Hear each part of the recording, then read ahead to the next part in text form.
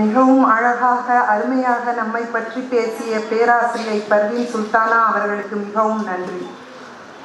இன்றைய சிறப்பு விருந்தினர் திருமதி டி. உமா அவர்கள் ஐக்கிய நாடுகள் பொருளாதார மற்றும் சமூக பிரிவு இந்திய வெளியுறவுத்துறையின் அமைச்சகத்தின் சிறப்பு அதிகாரியாக உள்ளார். உலக பொருளாதார மற்றும் சமூக பிரச்சனைகளை விவாதித்து உறுப்பு நாடுகளுக்கும் ஐநா அமைப்பில் உள்ள முகமைகளுக்கும் ஒரு செயலாக்க திட்டத்தை வகுப்பது இதன் நோக்கமாகும். இத்துறையில் ஒரு பெண் செயலாற்றுவது என்பது மிக சவாலான விஷயம். திருமதி உமா அவர்களை பேச அழைக்கின்றோம்.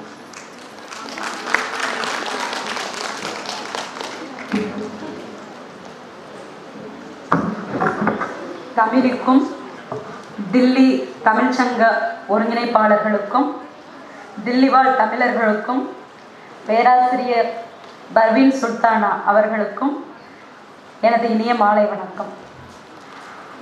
தில்லி தமிழ்ச்சங்க ஒருங்கிணைப்பாளர்கள்ட்ட இங்கே உள்ள போட்டியில் கலந்துக்கிட்டால் மகளிருக்கு ஒரு பெரிய கொஷின் இருக்கும்.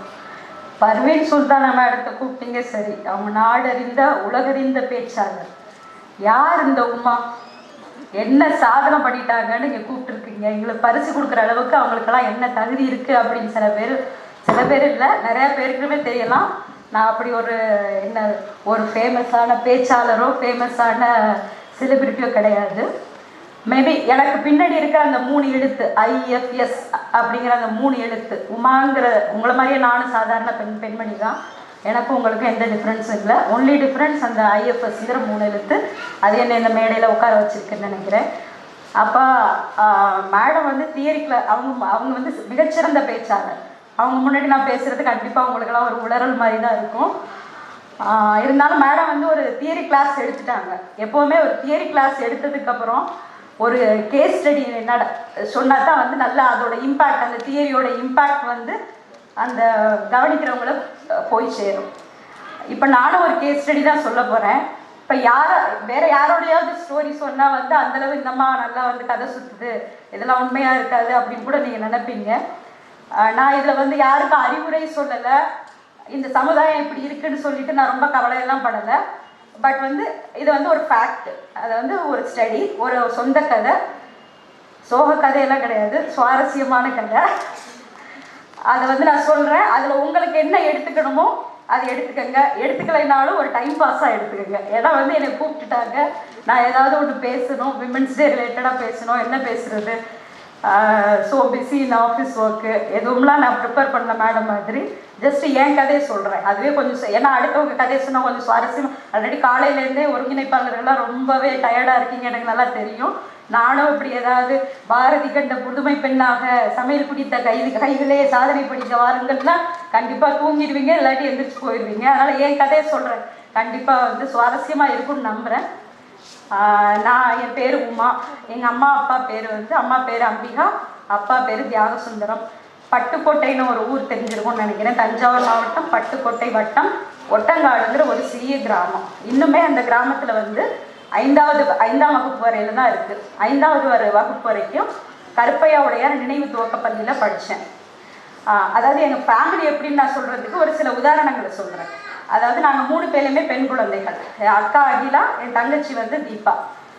உதாரணத்துக்கு என் தங்கை பிறந்தது அப்படின்னு சொல்லிட்டு, அதாவது ஆண் குழந்தை பெறத்துக்காகவே நிறைய குழந்தைகளை பெறுவாங்கல்ல அந்த காலத்தில். அது மாதிரி எங்கள் 3 பேரையும் ஆண் குழந்தை கிடைக்குங்கிற நம்பிக்கையில் பெற்றுட்டாங்க. 3வது குழந்தை என் தங்கச்சி பிறக்கும்போது மேடம் சொன்ன மாதிரியே எங்கள் அப்பாவுக்கு நியூஸ் சொல்லியிருக்காங்க, இது மாதிரி பாப்பா பிறந்திருக்கு அப்படின்னு சொன்னோன்னே பஸ் ஸ்டாண்ட் வரைக்கும் வந்துட்டார். வந்ததுக்கப்புறம் எங்கள் அப்பா கேட்டாரா என்ன குழந்தை அப்படின்னு கேட்டதுக்கப்புறம் பெண் குழந்தை அப்படின்னு சொன்னதுக்கப்புறம் திரும்ப போய் எங்கள் அம்மாவை பார்க்காமையே அது போய் என்னத்தை பார்க்குறது அப்படின்னு சொல்லிட்டு திரும்ப கடைக்கு போயிட்டார். எங்கள் அப்பா ஒரு உரக்கடை வச்சுருக்காரு, எங்கள் அம்மா ஹவுஸ் ஒய்ஃப். அது நான் பேசுகிறது இப்போ சாதாரணமாக இருக்கும். ஆனால் என் தங்கை இப்போ அந்த கதையை சொல்லும்போது உண்மையிலே அவருக்கு ஒரு வருத்தம் இருக்க தான் செய்யும், இல்லாமல் இருக்காது. இப்போ படிக்கும்போது எங்களை யாரையும் படி அப்படின்லாம் கஷ்டம்லாம் படுத்த மாட்டாங்க. ஏன்னா எங்கள் பரம்பரையிலேயே, அதாவது என்டையர் ஜெனரேஷன்லேயே ஃபஸ்ட்டு டிகிரி ஹோல்டர் நான் தான், ஃபஸ்ட்டு சிவில் சர்வெண்ட் நான் தான், அது குரூப் 1 ஆஃபீஸர் அதுவும் நான் தான். அப்போ யாரும் டிகிரி கூட படித்தது கிடையாது. அவங்களோட டார்கெட்லாம் என்னென்னா நல்லபடியாக வளர்த்து யாரோட பேச்சுக்கும் ஆளாகாமல் ஒரு நல்ல இடத்துல கல்யாணம் பண்ணி கொடுக்கணும், அந்த பொண்ணு நல்லா வாழுதுன்னு சொல்லிட்டு பேர் எடுத்தா இவங்க வந்து பெரிய அவார்டு அச்சீவ் பண்ண மாதிரி ஒரு ஃபேமிலி. இப்போ வந்து என்னை யாரும் படின்னு சொல்லலை, கரெக்டாக 8:30க்கெல்லாம் எங்கள் வீட்டில் லைட் ஆஃப் பண்ணிடுவாங்க. நான் என்ன படித்தாலும் சரி எங்கள் அம்மா சொல்கிற ஒரே வார்த்தை சின்ன வயசு, ஆமாம் நீ படித்து பாராள போகிற, போய் படுக்கிற வேலையை பாரு அப்படிம்பாங்க. அது அப்போ வந்துட்டு நான் வந்து எல்லாத்துலேயுமே ஃபஸ்ட் ரேங்க் எடுப்பேன். கட்டுரை போட்டியில் ஃபஸ்ட் மார்க்கு, பேச்சு போட்டியில் ஃபஸ்ட் மார்க்கு. எங்கள் அப்பாட்ட நாங்கள் எல்லோரும் லைனில் போய் நிற்போம் ரேங்க் கார்டுக்கு வந்து சைன் வாங்குறதுக்கு. அப்போ நான் வந்து ஃபஸ்ட் ரேங்க் எடுத்தாலும் எங்கள் அப்பா வந்து எந்த ஒரு ஆக்ஷனும் காமிக்க மாட்டார். என் தங்கை வந்து ஒன்று பாடத்தில் ஃபெயில் ஆகிப்பா, எப்போதுமே மேத்ஸில் ஃபெயில் ஆவா, அவளுக்கும் ஒரே மாதிரியான. எங்கள் வீட்டில் யாருமே ரேங்க் கார்டில் வந்து சைன் வாங்குறதுக்கு வந்து எந்த பயமே கிடையாது. ஏன்னா எல்லாருக்கும் எங்கள் அப்பா ஒரே மாதிரியான ரியாக்ஷன் தான் கொடுப்பார். என்னை பாராட்டவும் மாட்டார், அவரை திட்டவும் மாட்டார். அந்த மாதிரி தான். எங்கள் வீட்டில் 3 பொண்ணாக பிறந்ததுனால அது வந்து ரொம்ப கிராமம். அதனால் வந்து என்ன சொல்லுவாங்கன்னா 3 பொண்ணாக போயிடுச்சு, எப்படி நீ வந்து இந்த பிள்ளைங்களை வந்து கல்யாணம் பண்ணி கொடுக்க போகிற அப்படின்னு சொல்லியே எங்கள் அம்மாவை வந்து ஒரு டிப்ரெஷனில் வந்து ஆளாக்கிட்டாங்க. அப்போ ஒவ்வொரு தடவையும் வந்து நாங்கள் வந்து கூப்பை ஈதும் போது ஒரு பெரிய சடங்கு மாதிரி நடக்கும் கிராமங்களில். அது வந்து ஒரு பெரிய விழாவாக, சந்தோஷமான விழாவாக நடக்கும். ஆனால் எங்கள் அம்மா வந்து ஒவ்வொரு தடவை நாங்கள் அந்த ஏஜுக்கு வரும்போதும் எங்கள் அம்மா வந்து ஒவ்வொன்றும் ஒப்பாரி வச்சு அது வந்து ஒரு கெட்டது நடந்த ஒரு வீடு மாதிரியே இருக்கும். ஏன்னா எல்லாரும் எங்கள் அம்மா வந்து அந்தளவு டிப்ரெஸ் ஆக்கிடுவாங்க. ஏன்னா அந்த டவுரிங்கிறது அந்த காலத்தில் வந்து ஒரு பெரிய ஒரு இஷ்யூவாக இருந்தது. இந்த காலத்தில் இருக்குது, ஆனால் இலைமறை காயாக இருக்குது, கண்டிப்பாக நம்ம ஒத்துக்கணும். அப்போ டவுரி அந்த காலத்தில் ஒரு பெரிய விஷயமா இருந்ததுனால ஒவ்வொரு டைமும் அந்த விஷயத்துக்கு வந்து எங்கள் அம்மா ரொம்ப அழுகுவாங்க. அப்புறம் வந்து நான் ஒரு டைம் வந்து நான் பேச்சு போட்டியில் இப்படியே டீச்சர்ஸோட ஹெல்ப்னால வந்து என்னன்னா தஞ்சாவூர் டிஸ்ட்ரிக்ட் லெவலில் நடந்த ஒரு பேச்சு போட்டியில் 3வது பரிசு வாங்கியிருந்தேன். அந்த பரிசை வாங்கிட்டு எங்கள் அம்மாட்ட கொண்டு போய் எங்கள் அம்மா ரொம்ப சந்தோஷப்படுவாங்க. ஏன்னா எங்கள் அப்பா கிட்ட வந்து நாங்கள் வந்து எங்கள் அம்மா மூலமாக தான் பேசுவோம். இது நான் நிறைய அதாவது 90s கிட்ஸ் வீட்டில் நிறைய பேரில், அதாவது இந்த காலத்து மக்கள்லாம் வந்து நீங்கள் நினைப்பீங்க இப்படியெல்லாம் நடந்திருக்குமா அப்படின்னு சொல்லிட்டு இந்த காலத்து குழந்தைங்கள்லாம் வேணால் நினைக்கலாம். பட் வந்து நான் சொல்கிறது வந்து 20 வருஷத்துக்கு முன்னாடி நடந்த கதைகள். அதுக்காக எனக்கு ரொம்ப வயசாகிடுச்சு, ரொம்ப கிளம்பி நினச்சிடாதீங்க. 40 வயசு தான் ஆகுது. 20 வருஷத்துக்கு முன்னாடி நடந்த கதை இப்படி தான் இருக்கும். இன்னும் கூட கிராமங்களில் பல விஷயங்கள் அப்படி தான் இருக்கும். அதனால் அப்பாட்ட டைரெக்டாக சொல்ல மாட்டோம். எந்த அச்சீவ்மெண்ட்னாலும் சரி, எதுவும் வேணும்னாலும் சரி, டைரெக்டாக அம்மா தான் வந்து கான்டாக்ட் பண்ணிட்டு. அம்மா வந்து ஏதோ பாத்திரம் விளக்கிட்டு இருந்தாங்க. அப்போ வந்துட்டு நான் சொன்னேன், அம்மா நான் அந்த மாதிரி ப்ரைஸ் வாங்கியிருக்கேன் அப்படின்னு சொன்னோன்னா எங்கள் அம்மா கண்டுக்கவே இல்லை, அவங்க பாட்டுக்கு பாத்திரம் விளக்கிட்டு இருந்தாங்க. அப்போ நான் சொன்னேன், சரி அம்மா காதில் விழுகலை போல இருக்குது அப்படின்னு சொல்லிட்டு நல்லா முன்னாடி கொண்டு போய் இதெல்லாம் ப்ரைஸ் எல்லாம் மூஞ்சுக்கு முன்னாடி வச்சு, நான் இங்கே பாருங்கள் நாங்கள் டிஸ்ட்ரிக்ட் லெவலில் ப்ரைஸ் வாங்கியிருக்கேன் அப்படின்னா, அதுக்கு என்னப்போ அதை கொண்டு தூக்கி போட்டுட்டு வந்து பாத்திரம் விளக்குற வேலையை பாரு. அதாவது இதெல்லாம் ஒரு உதாரணமாக சொல்கிறேன். எங்கள் வீட்டில் வந்து படிப்புக்கு என்ன மரியாதை, பெண்களை வந்து எந்த அளவு ஒரு எங்கள் வீட்டுக்கு வந்து நான் பக்கத்து வீடே எப்படி இருக்குன்னு எங்களுக்கு தெரியாது. பக்கத்து வீட்டில் யாருக்கு வந்து இதில் யார் அகிலா, யார் உமா, யார் தீபான்னு இன்னை வரைக்கும் யாருக்கும் தெரியாது. 3 பேரும் ஒன்றா நின்னோன்னா, அதனால யார் வீட்டுக்கு போக மாட்டோம், பேச மாட்டோம். ஒரு கட்டுப்பட்டியான ஒரு இதுன்னு வைங்களேன். அப்போ 10th நான் ஸ்கூல் ஃபஸ்ட்டு, வேறு வழி இல்லை. அதுக்கப்புறம் அந்த ஸ்கூலுக்கு போகிறதுக்கு முன்னாடி நான் என்ன பண்ணணுன்னா, காலையில் எழுந்திரிச்சு அந்த கிராமங்கிறனால அந்த வாசல் தெளிக்கிற வேலையெல்லாம் இருக்கும். வாசல் தெளிக்கணும், பாத்திரம் விளக்கணும், என் துணி என் தங்கையோட துணியெல்லாம் துவைச்சிட்டு அதுக்கப்புறம் ஒரு சைக்கிள் எடுத்துகிட்டு 3 கிலோமீட்டர் என் தங்கையும் டபுள்ஸ் வச்சுக்கிட்டு 3 கிலோமீட்டர் போயிட்டு படிச்சுட்டு திருப்பி 3 கிலோமீட்டர் வரணும். வந்ததுக்கப்புறம் திரும்ப வேலை பார்க்கணும், திரும்ப படிக்கணும். ஆனால் எப்படினாலும் மேக்ஸிமம் 9 o'clock மேலே லைட் எரியக்கூடாது வீட்டில். நீ என்ன படிச்சு நீ என்ன பண்ண போகிற, அது லைட் ஆஃப் பண்ணு, சீக்கிரம் படுங்க. அதுதான் வந்து எங்கள் வீட்டில் ரிப்பீட்டடாக நாங்கள் கேட்குறது. அப்புறம் அப்படி 10th நான் ஸ்கூல் ஃபஸ்ட் எடுத்தேன். அதுக்கப்புறம் வந்து +2 வந்து அதாவது பெண்கள் மேல்நிலை பள்ளி பேராவூர்ணியில் அதுலேயும் ஸ்கூல் ஃபஸ்ட் எடுத்தேன். வேறு வழி இல்லை. அப்போ எல்லாருக்கும் ஒரு கனவு இருக்கும் இல்லையா, டாக்டர் ஆகணும், இன்ஜினியர் ஆகணும்னு. அதே மாதிரி எனக்கு எதை பற்றிலாம் அவ்வளோலாம் அறிவெல்லாம் கிடையாது.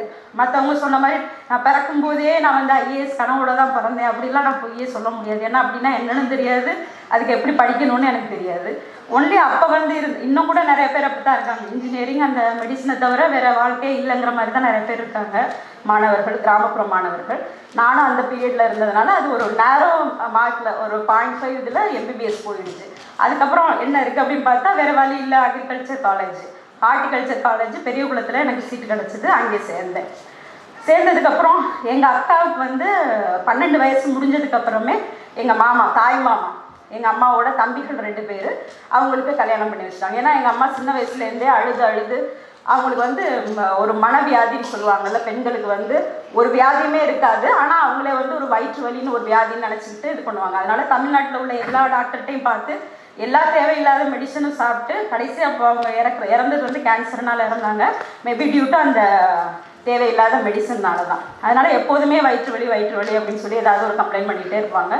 அதனால் அக்காவுக்கு 12 வயசு முடிஞ்சு அவள் எவ்வளோ கதறினா, நான் என்னை கொண்டு போய் டீச்சர் ட்ரைனிங்கில் சேருங்க, அது பண்ணுங்க இது பண்ணுங்கன்னு. டவுரி கொடுக்கணும், வெளியில் கட்டினா, அந்த பிரச்சனைக்காகவே தாய் மாமாவுக்கு கல்யாணம் பண்ணாங்க. அதுக்கப்புறமே எங்கள் அம்மாவுக்கு ரொம்ப உடம்பு சரியில்லாமல் போச்சு. அதுக்கப்புறம் அந்த 2வது மாமாவையும் எனக்கு தான் கல்யாணம் பண்ண போகிறாங்கன்னு சின்ன வயசுலேயே பேசி முடிச்சதுனால அந்த காலேஜ் ப்ரொஃபஷனல் சீட்டு கிடைக்கிறதே பெரிய விஷயம். அந்த இதில் போயிட்டு என்னோடய திங்கிங்லாம் என்னென்னா, நல்லா சமைக்கணும். இப்போ இன்றைக்கி சமையல் போட்டி நடந்ததில்ல, அது மாதிரி நல்லா சமைக்கணும், கோலம் போடணும். இன்றைக்கெல்லாம் போட்டி வச்சுருந்தா நான் ஏதோ ஃபஸ்ட் மார்க் வந்திருப்போனோ என்னவோ. நல்லா சமையல் கற்றுக்கிட்டேன், நல்லா கோலம் போட கற்றுக்கிட்டேன். அங்கேயும் நல்லா படித்தேன், நல்லா மார்க் வாங்கினேன், அது வேறு விஷயம். அந்த அப்போ எல்லாம் இந்த ஸ்டடி சர்க்கிள்லாம் இருக்கும், ஐஏஎஸ் ஸ்டடி சர்க்கிள்லாம். அப்படின்னா என்னன்னு தெரியாது, அங்கே நியூஸ் பார்க்கணும், அதெல்லாம் எதுவுமே தெரியாது எனக்கு. அப்போ காலேஜ் 4 இயர்ஸ் ப்ரொஃபஷனல் கோர்ஸ் முடிக்கும்போது எங்கள் கோஆர்டினேட்டர் வந்து எல்லோரும் அப்படி உட்காந்துருந்தோம். எல்லோரும் உங்கள் ஆம்பிஷன் சொல்லுங்கம்மா அப்படின்னு சொன்னார். எல்லோரும் ஒரு ஆம்பிஷன் சொன்னாங்க. நான் மட்டும் ரொம்ப இனோவேட்டிவாக யோசிச்சு, சார் நான் ஒரு நல்ல ஹவுஸ் ஒய்ஃபாக இருக்கணும் சார். இந்த பதிலை வந்து அந்த ப்ரொஃபஷனல் கோர்ஸில் யாருமே இப்படி சொல்லியிருக்க மாட்டாங்க, இப்படி ஒரு ஆம்பிஷன், நல்ல ஒரு ஹவுஸ் ஒய்ஃபாக இருக்கணும் சார் அப்படின்னு. அதுக்கு அவர் உடனே சொன்னார், அதுக்கேமா ஒரு ப்ரொஃபஷனல் கோர்ஸ் சீட்டை வீணாக்குனேன் அப்படின்னு சொன்னார். அப்போ எனக்கு அது புரியலை, அதுக்கப்புறம் கொஞ்சம் கொஞ்சமாக புரிஞ்சுது. அப்போ ஆகஸ்ட் 2000 கோர்ஸ் முடிக்கிறேன். செப்டம்பர் 2000 அடுத்த மாதமே வந்து எங்கள் மாமாவை கல்யாணம் பண்ணுறேன். அதுக்கு அடுத்த வருஷம், அதாவது 2021 ஜூனில் ஒரு பெண் குழந்தை பிறக்குது.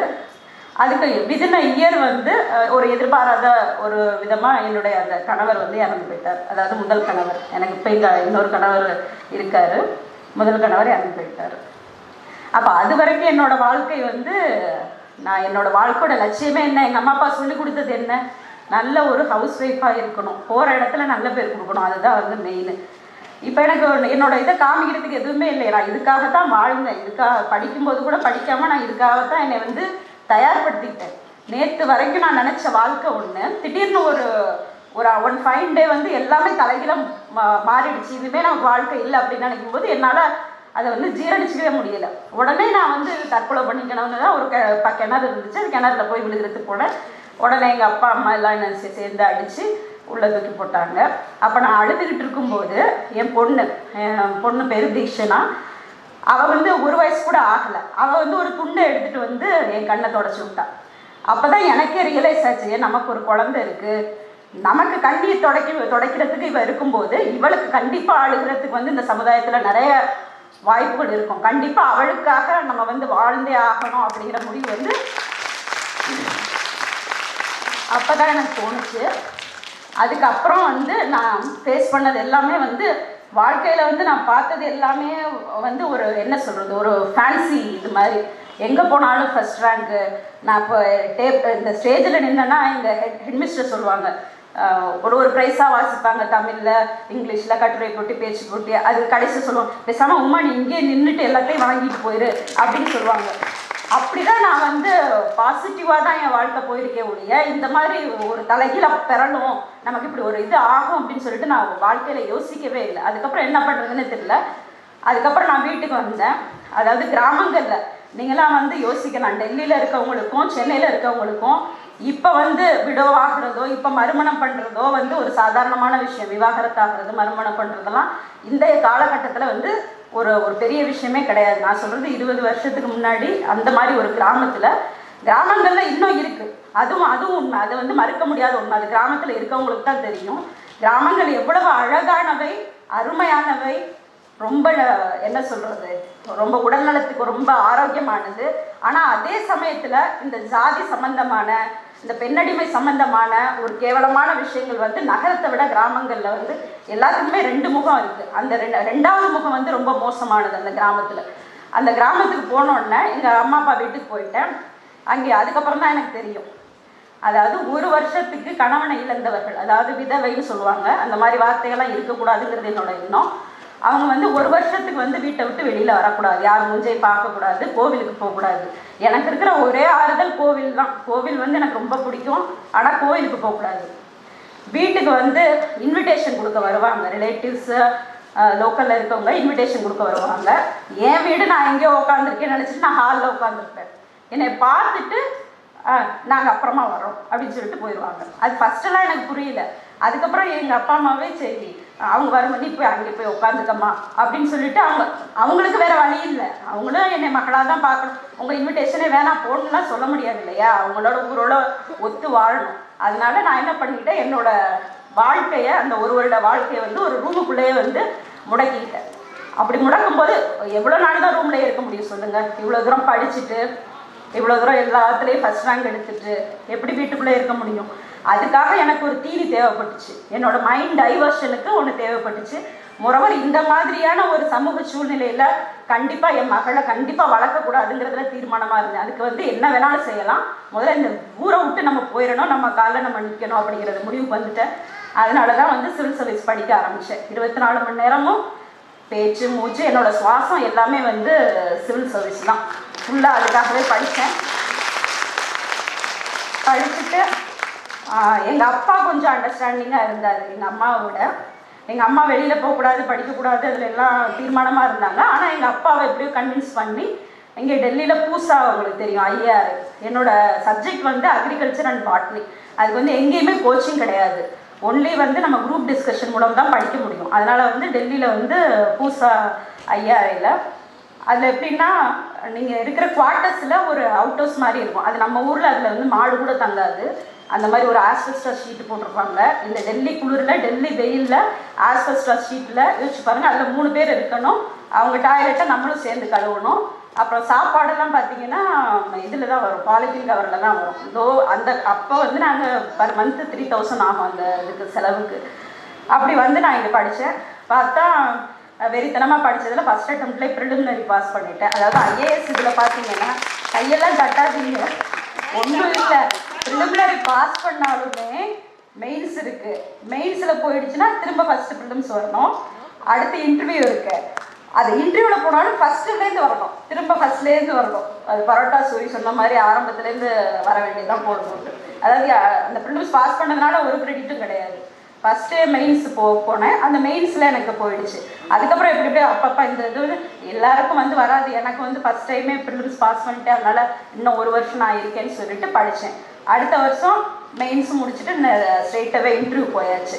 ஏன்னா நான் படித்தது ஃபுல்லாகவே ஃபஸ்ட்டு ஸ்டாண்டர்ட்லேருந்தே காலேஜுக்கு முன்னாடி வரைக்கும் ஃபுல்லாகவே தமிழ் மீடியம். நம்ம உங்களுக்கு அப்போ தெரியும், இப்போ வேணால் இங்கிலீஷில் யூஎனில் கூட போய் பேசிட்டு வருவேன். ஆனால் அப்போ இங்கிலீஷில் ஃபஸ்ட் டைமே நான் இன்டர்வியூவில் தான் போய் பேசுகிற மாதிரி ஆகிப்போச்சு. அந்தளவு ஒரு ப்ராக்டிஸ் இல்லை. ஒருவேளை என்னை கரெக்டாக நான் கம்யூனிகேட் பண்ண முடியலையோ என்னவோ தெரியல. மெயின்ஸில் 1058 மார்க் எடுத்தேன். இன்டர்வியூவில் only 90 out of 300. For example 1008 mark எடுத்தவங்களும் இன்டர்வியூவில் 130 எடுத்தவங்களும் ஐபிஎஸ் ஆகிட்டாங்க. நான் அந்த இன்டர்வியூவில் லோ மார்க் எடுத்ததுனால எனக்கு எந்த சர்வீஸும் வரல, முடிஞ்சதுக்காக. திரும்ப வீட்டுக்கு போனோன்னா எங்கள் அப்பா சொல்லிட்டாங்க, உனக்கு மனசாந்திக்காக நான் படிக்க அலோவ் பண்ணமா, ஓகே நீ படித்த ஓகே அதோட விட்டுரு. இதெல்லாம் எங்கள் அப்பா நினச்சிட்டாரு இந்த தமிழ்நாடு இதெல்லாம் நடக்கிற மாதிரி நிறையா அந்த காசு கொடுத்தா தான் இதில் சர்வீஸ்லாம் வர முடியும் அப்படின்னு சொல்லிட்டு, நம்மக்கிட்டலாம் அந்தளவு காசு இல்லைம்மா, இதெல்லாம் பெரிய ஆளுங்க, பெரிய இடம், ரெக்கமெண்டேஷன் வேணும், காசு நிறையா வேணும், நம்மக்கிட்ட அதெல்லாம் இல்லை, அதனால நீ போக வேண்டாம் அப்படின்னு சொல்லி எங்கள் அப்பா என்னை கன்வின்ஸ் பண்ணார். நான் சொன்னேன், இல்லைப்பா எப்படினாலும் நான் பாஸ் ஆயிடுவேன், நான் எப்படினாலும் நான் இது பண்ணுவேன்னா, எப்படி ஒரு சைக்கிள் அப்படின்னாலே அதுவே 2 வருஷம். அதாவது ஒரு ப்ரிலிமினரிக்கு தயாரிக்கிறதே 1 வருஷம், அங்கேருந்து இன்டர்வியூ போயிட்டு வர்றது இன்னொரு வருஷம். அப்போ entire 2 years cycle already 2 attempt போயிடுச்சு.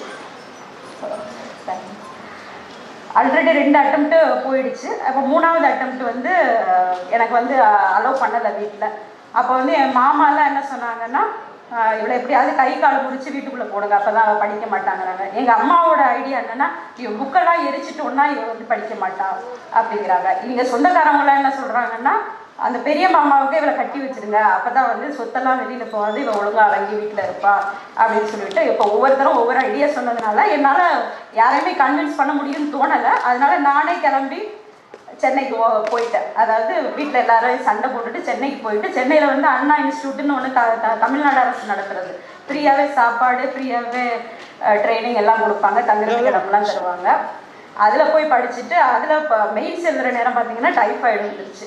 அப்போயே ரிசல்ட்டும் தெரிஞ்சிருச்சு என்ன ரிசல்ட் அப்படின்னு சொல்லிட்டு. வீட்டில் போய் எப்படி முழிக்கிறது என்ன பண்ணுறது எதுவுமே ஒன்றும் புரியலை. யாரும் என்னையும் ஏற்றுக்கவும் போகிறதில்ல. எவ்வளோ தூரம் சொன்னாங்க, நான் வந்து எப்படியாவது சாதிப்பேன்னு சொல்லிட்டு போயிட்டு கடைசியில் அப்படியும் வந்து என்னால் ஒன்றும் பண்ண முடியலை. அப்போ யாரும் முகத்தில் முடிக்க முடியாத ஒரு நிலைமை. வீட்லேயும் வந்து எங்கள் அம்மா பேசுகிறதே நிறுத்திட்டாங்க, எனக்காக சமைக்கிறதை நிறுத்திட்டாங்க. நானே சமைச்சிக்குவேன், நானே படிச்சுக்குவேன். வீட்டில் மட்டும் நான் மட்டும் ஒரு ஆள் தனியாக ஐலண்டாக இருந்துட்டு இருந்தேன். ஏன்னா யார் சொல்லி பேச்சும் கேட்காத ஒரு அழகா பிடாரியா. அம்மா அடிக்கடி சொல்லுவாங்க, உன்னை பெத்த வயிற்றுல பிறண்டே தான் வச்சு கட்டணும் அப்படின்வாங்க. அது ஒரு லோக்கல் பழமொழி. அப்புறம் பார்த்தீங்கன்னா வேறு வழி இல்லை. நான் இங்கே குரூப் ஸ்டடின்னு சொன்னேன் இல்லையா, ஐஆர் இல்லை. அந்த குரூப் ஸ்டடியில் நோட்ஸ் எழுதுனது நான். அதாவது என்னை தான் வந்து குருன்னு சொல்லுவாங்க. நோட்ஸ் எழுதுனது நான். 2 பேர் இப்போ படித்தாங்க என் கூட. ஒரு பையன் ஐபிஎஸ் வாங்கலையே, இன்னொரு பையன் ஐஎஃப்எஸ் வாங்கிட்டாரு. அது வரும் ஃபஸ்ட் அட்டெம்ப்ட்டு. அது என் நோட்ஸ் தான். ஆனால் நான் மட்டும் வாங்கலை. அந்த ஐஎஃப்எஸ் வாங்கின பையன் வந்து என்னை கல்யாணம் பண்ணிக்கிறேன் அப்படின்னு சொல்லி சொன்னார். வேறு வழி இல்லை. அதாவது வீட்டில் யாரும் என்னை ஏற்றுக்கலை. அட்லீஸ்ட் நீயாவது ஏற்றுக்கிறேங்கிறியப்பா அப்படின்னு சொல்லிட்டு சரி ஒரு டைவர்ஸ் இது ஆகட்டும். ஆனாலும் எப்படியும் எனக்கு இது படிக்கணுங்கிற எண்ணம் வந்து இது பண்ணலை. அதையும் அவரே ஒரு வாய்ப்பாக தான் நான் நினச்சிக்கிட்டேன். சரி நம்ம அங்கே போய் நம்ம படிக்கிற வேலையை பார்க்கணும். ஏன்னா என் பொண்ணு தான் என்னோட ஃபஸ்ட் ப்ரையாரிட்டி. கண்டிப்பாக அவளோட வாழ்க்கை வந்து இந்த ஒட்டங்காட்டில் இருந்தேன்னா கண்டிப்பாக முடிச்சு வச்சுருவாங்க. ஏன்னா எங்கள் பாட்டியெல்லாம் சொல்லுவாங்க, ஒரு நல்ல ஸ்கூலில் சேர்க்கணும்னு சொன்னால் கூட ஆமாம் உன் பொண்ணு பெருசாப்பா ஐஏஎஸ் ஆகணும்னா சும்மா போடு, அது எந்த சாதாரண ஸ்கூலில் போடு, அது ஒரு வயசில் அப்ப நம்ம முழுங்கினது அப்படி இப்படின்னு பேசுகிறதே பார்த்து கிராமங்களில் வந்து அந்த பேச்சு, அதாவது ஒரு கணவன் இல்லாத பெண் அனுபவிக்கிற பேச்சு மாதிரி ஒரு கொடுமை வந்து வேறு எதுவுமே கிடையாது. அது அத்தனையும் நான் அனுபவித்தேன். அது என் பொண்ணு கூட அனுபவிச்சா. அதை அனுபவிக்கக்கூடாதுங்கிற ஒரே காரணத்துக்காக தான் இவ்வளோ கஷ்டமும். அதுக்கப்புறம் வந்து 2008 பரீட்சை எழுதினேன். அதாவது ஐஏஎஸ்க்கும் பரீட்சை எழுதினேன், ஐஎஃப்எஸ்க்கும் ஃபஸ்ட் டைம் பரீட்சை எழுதினேன். நான் கான்சன்ட்ரேட் பண்ணது வந்து ஃபுல்லாக ஐஏஎஸ் இல்லை, ஐஎஃப்எஸ்ல கான்சன்ட்ரேட் பண்ணலை. ஆனால் ஐஎஃப்எஸ்க்கு ஃபஸ்ட் டைம் பரீட்சை எழுதுனதில் வந்து 2009 ஆல் இண்டியா டாப் யூபிஎஸ்சி நடத்தின எக்ஸாமில். ஏன்னா அவ்வளோ ஸ்ட்ராங் ஃபவுண்டேஷன், அத்தனை பேரை நம்ம ஆஃபீஸர் ஆக்கி விட்டுருக்கோம். அவ்வளோ ஸ்ட்ராங்கான நோட்ஸு. கண்டிப்பாக அது ஜெயிக்கும்னு தெரியும். அந்த ஜெயிக்கிற பீரியட் இதே பீரியட் முன்னாடியே நடந்திருந்துன்னா இந்த நிறைய படிப்பினை என் வாழ்க்கையில் இல்லாமல் இருந்திருக்கலாம், இவ்வளோ தைரியம் என் வாழ்க்கையில் இல்லாமல் இருந்திருக்கலாம். அப்புறம் வந்துச்சு. அதுக்கப்புறம் எல்லோரும் கேட்பாங்க, உங்களுக்கு மீடியா எல்லாத்துலேயுமே வந்துச்சு, என்ன பண்ணீங்க அப்படின்னு கேட்பாங்க. யார்கிட்டையும் நான் சொன்னதில்லை. அவங்களுக்கு அந்த நிமிஷம் உங்களுக்கு எப்படி இருந்துச்சு அப்படின்னா எப்படியுமே இல்லை. எனக்கு இது எப்போயோ கிடச்சிருக்க வேண்டிய வெற்றி. ஏன்னா என் நண்பர்கள் பார்த்த வெற்றி, கண்டிப்பாக எனக்கு கிடச்சிருக்க வேண்டிய வெற்றி. நான் என்ன நினச்சேன்னு தெரியல, ஒரு ஃபுல் நைட்டு அந்த ரிசல்ட் வந்த ஃபுல் நைட்டு நான் அழுதுகிட்டே தான் இருந்தேன், வேறு எதுவுமே பண்ணல. அதுக்கப்புறம் 20 நாளில் திரும்ப ஐஏஎஸ் இன்டர்வியூ வந்தது.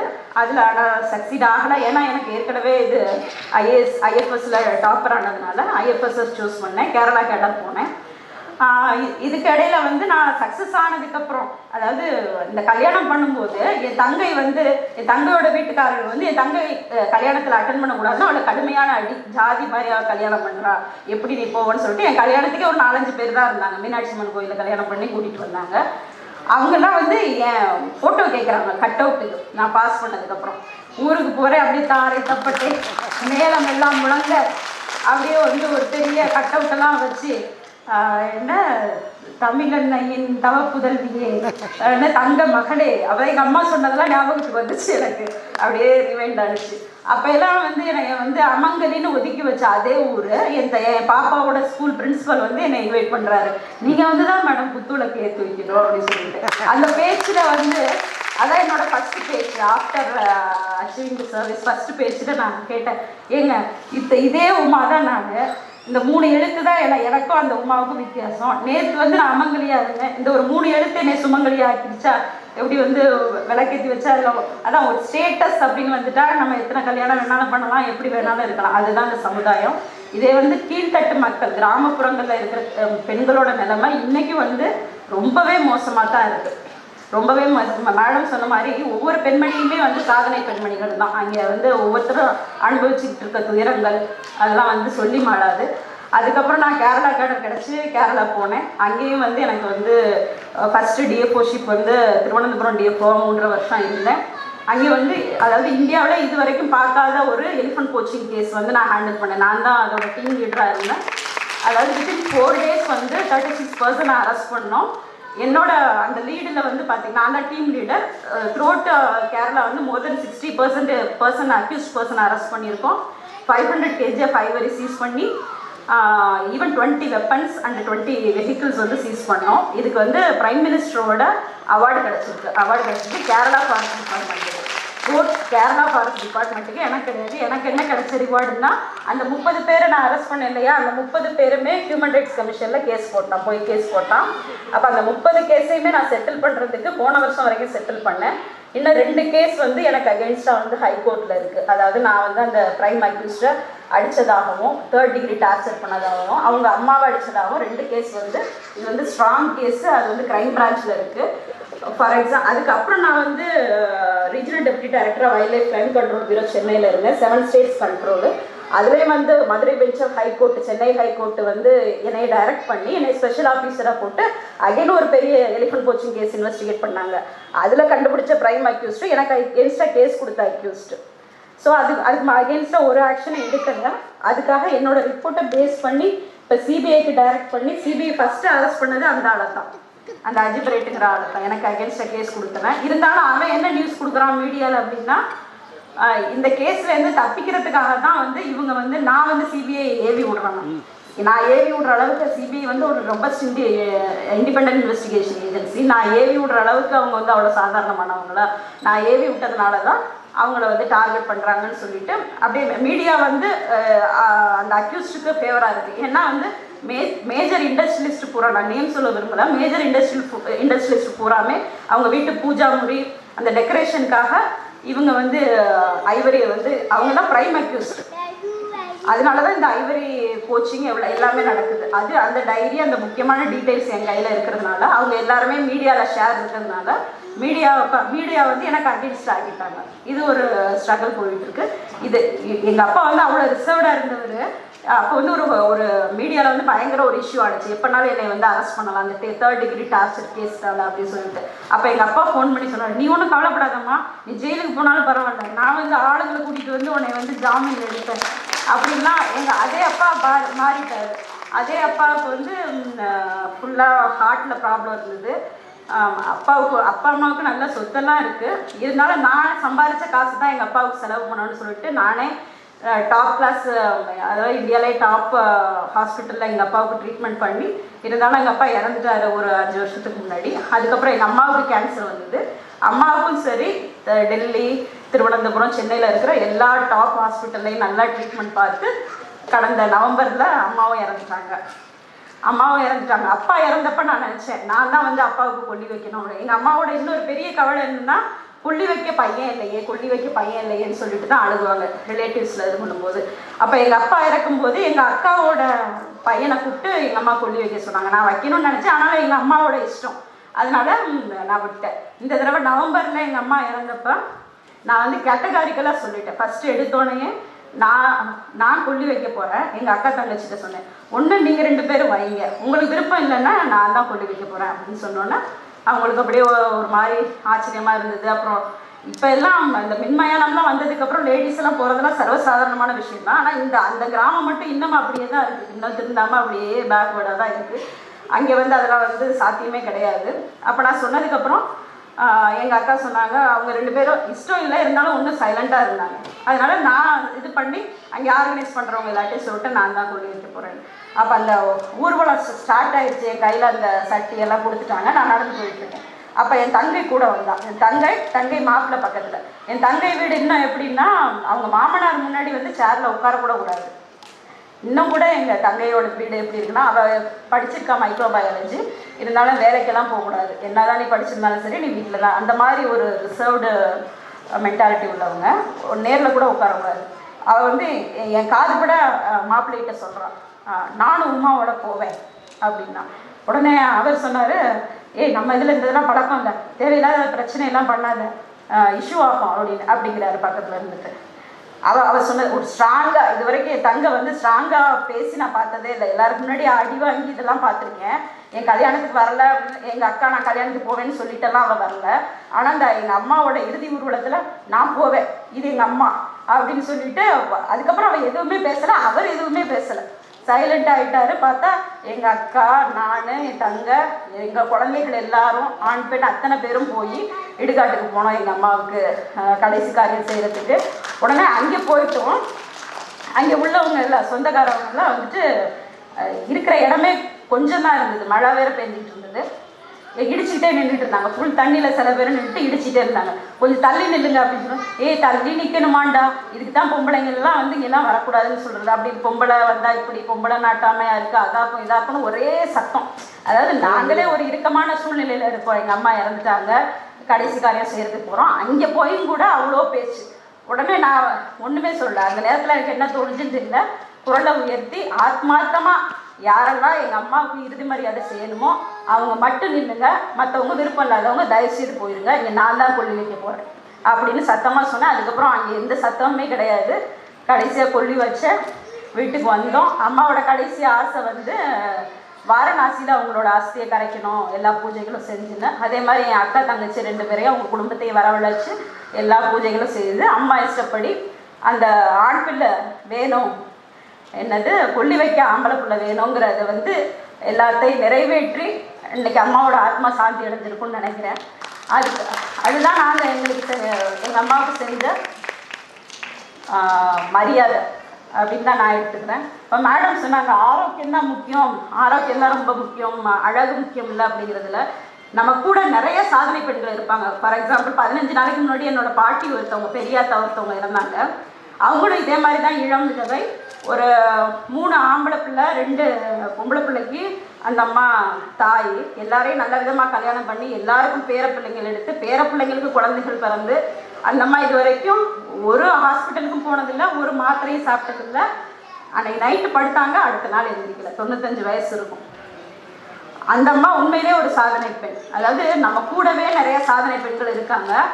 நம்ம அம்மாவா, நம்ம பாட்டியா, ஒரு அரிசிக்கார ஆத்தாவா எல்லாருமே இருப்பாங்க. ஆனால் நம்ம கவனிக்க தவறிடுறோம். அதுதான் இது.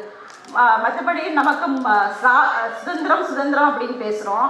இன்னொரு மவுண்ட் பேட்டன் ரப்பானின்னு வந்து ஒரு நைட்டை செலக்ட் பண்ணி எல்லாம் வாப்பா லைனில் வா, நான் இது எழுதிட்டேன், எல்லாரும் இண்டிபெண்டன்ட் சுதந்திரம் வாங்கிக்க அப்படின்னு சொல்லி யாரும் வந்து பட்டயம் கொடுக்க மாட்டாங்க பெண்களுக்கு. நம்ம யார்கிட்டேருந்து வாங்கணும்?